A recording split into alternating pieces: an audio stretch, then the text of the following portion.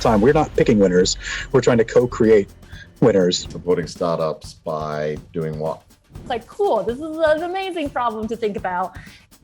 Welcome back to the third derivative Mission Log. This is where we get to explore how it's going building the world's largest climate tech accelerator. Excited to be picking up the conversation with Bryan and this week Dai, who we'll introduce in a sec. Bryan, what are we going to talk about this week? So I'd love to talk this week about startups and helping them kind of create success, right? As we say all the time, we're not picking winners. We're trying to co-create winners with the startups, with our corporates, with our investors, with our network of mentors, and our broader kind of ecosystem of support through RMI and New Energy Nexus. So asked Dai Lin to come join us. Dai was our kind of founding startup success manager. We've already heard from her partner in crime, Keenan Johnson, in a previous episode. Dai comes to us with a rich and awesome background that brings all kinds of things to their derivative team. But Dai, would you mind introducing yourself to our viewers? Sure. Hi, everyone. It's great to be here and to be chatting virtually with everyone. So my background is a little all over the place. I'll try to just like bring in the highlights. I wanted to spend my 20s learning as much as possible. So I sort of just like followed my path of intuition and I taught with Peace Corps in Azerbaijan. I taught with Fulbright in South Africa.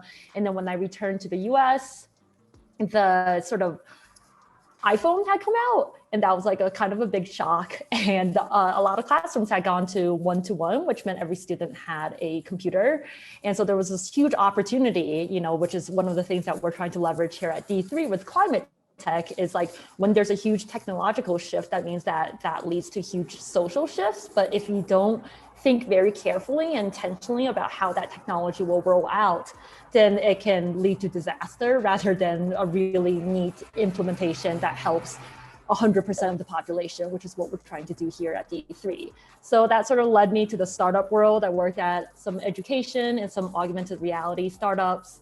Then I went to grad school and was like, oh my God, we're running out of water. There's not going to be an education system if I don't work on climate change. And that eventually led me here to third derivative. And I am super happy to be here. And I love working with Keenan because together we have very complementary backgrounds and we're here to support startups. That's our ultimate goal.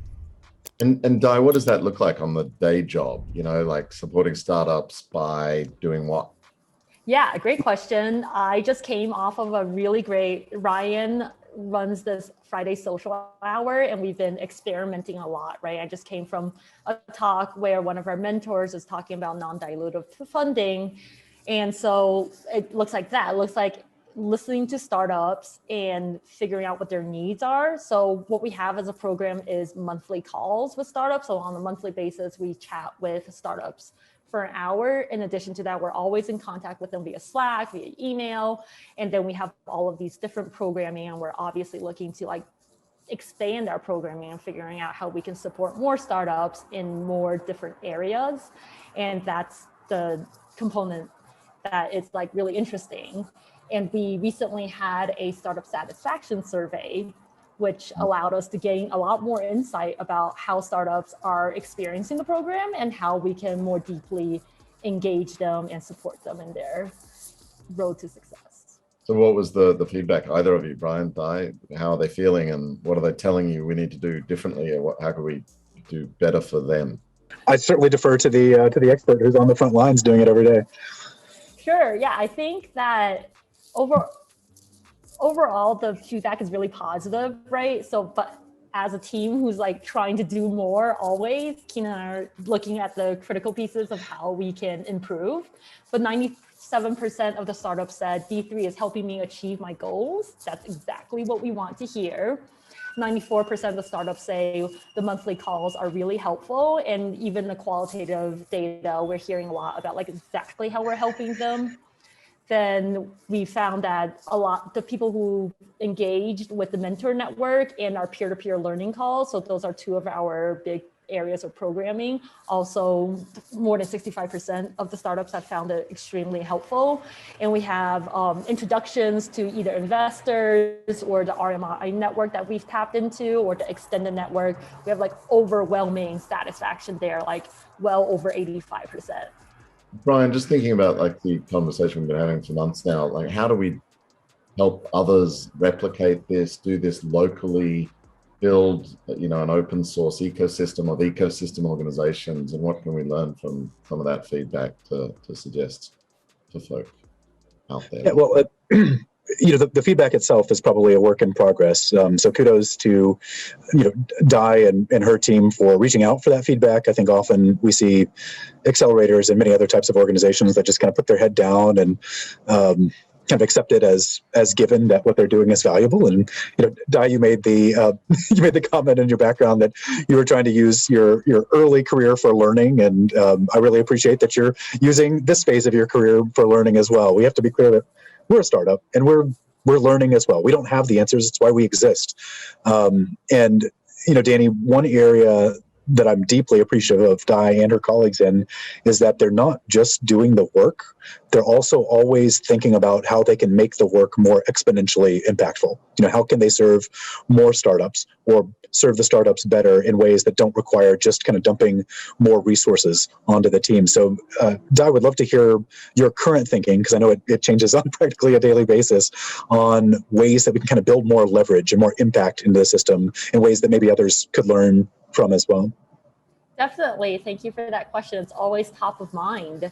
So that's why I was really excited about the social hour that I just come from, that Ryan runs every Friday, because that we're probably in the second iteration of it. In the first iteration, we just want to bring startup founders together and have them meet each other, which is great. And that serves a need at the beginning, right? Which is like a lot of startup founders, they're first-time founders. They are looking to meet other founders, and they're just like very nervous about the entire process, as you can imagine.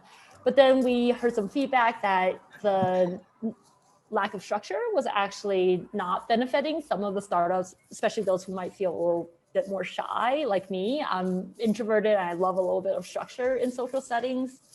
So then we are now experimenting with having mentors come and give a talk. And just the last talk I went to was just so amazing.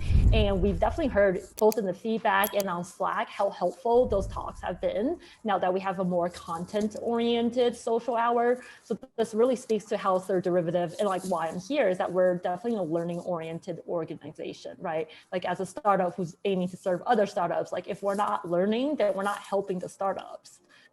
So, and in terms of sort of thinking about scaling, the survey has been really helpful in thinking about like, okay, which of the programming has been helpful, right? Like which part of the mentor network, which mentors are helpful. And so as a next step, we're sort of thinking about how can we scale non-linearly? And that means like one staff member to X startups. Like we don't want it to be a 1 to X ratio. We need it to be a 1 to exponential ratio, right? But at the same time, we want to optimize value. And that's, I think I really kudos to Bryan. Like he just has really great aspirations and such a vision. And just like, I think the second week was like, Dai, I need you to think about this problem. And I was like, cool, this is an amazing problem to think about. And also like, it's really great to think about problems that sort of like there aren't existing models for, right? Because it really means that you have to collaborate and to like take a lot of different pieces and work really creatively with everyone who has a shared vision and mission to achieve it. So in terms of nonlinear scaling, we're thinking about sort of different components that startups have found helpful. So that includes like learning from each other. So we're definitely trying to leverage the peer-to-peer network more. And what that also means is that there's less dependency on D3 staff. So it also means that like the more people that D3 serves, the more everybody benefits. So we're looking to like build out more structures so that there's more interaction between the startups and the mentors and the corporates and the investors that is less dependent on D3 staff. And maybe a real example of that is we've been doing some experiments with peer-to-peer calls, and we've been bringing in mentors to those calls. And now that our mentor network is growing, we're thinking about doing workshops. So we have a couple of workshops lined up that we'll be pushing out.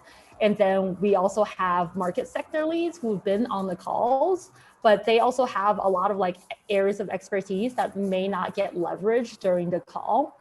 So we're thinking about how the market sector leads can sort of like, they're really mapping out what is the forefront of their markets, right? And how can we get that information, all the knowledge and value that they have back to the startups to help direct the startup strategy. So we're definitely going to like figure out how to leverage like maybe pods of startups and put people together who can really learn from each other, but have that size be in a size in which like there's a lot of small conversations that can happen and it's not too big or too small. So those are the areas that we're thinking about right now. I want to pick up on all of those in future episodes, see how that goes and whether you get the exponential impact you want. But I'm going to try to draw two lessons I heard just for our listeners that are maybe running accelerators for clean tech innovators in their communities.